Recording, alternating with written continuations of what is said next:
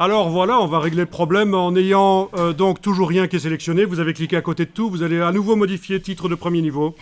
Et donc dans ce cas-là, dans le cas d'un document qui n'est pas vraiment en flux continu, avec du texte qui est chacun dans son bloc, sans être nécessairement chaîné, il va falloir faire une petite astuce pour que l'ordre d'apparition dans le document des titres soit pris en compte.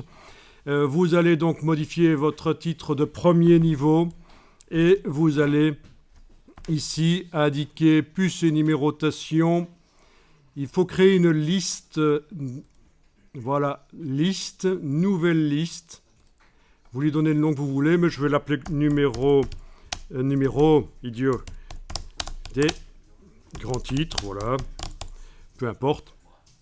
Continuer la numérotation au fil des articles. Un article dans InDesign, c'est un texte qui est dans un bloc. Donc on a plein d'articles dans ce document.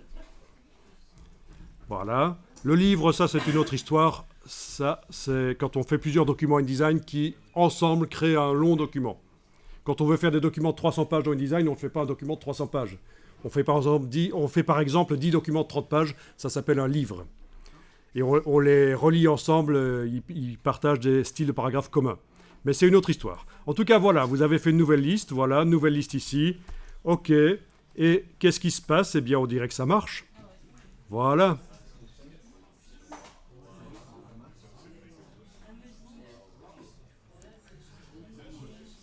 Donc, sur la page... Où est le premier titre, en fait?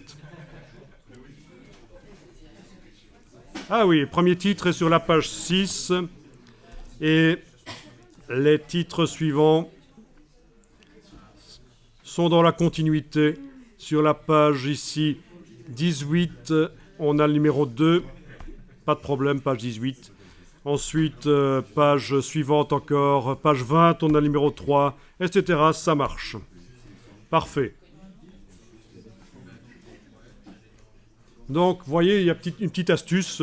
Quand on veut faire dans un document InDesign plusieurs numérotations, de toute façon, il faut vraiment créer des listes. C'est ce qu'on vient de faire.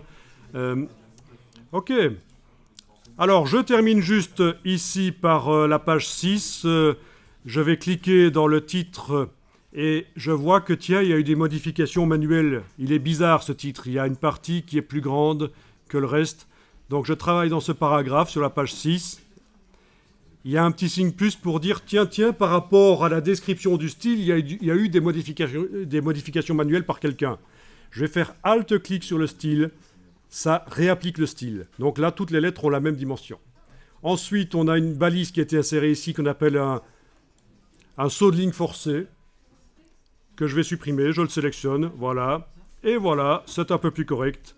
Et notre document commence à s'améliorer.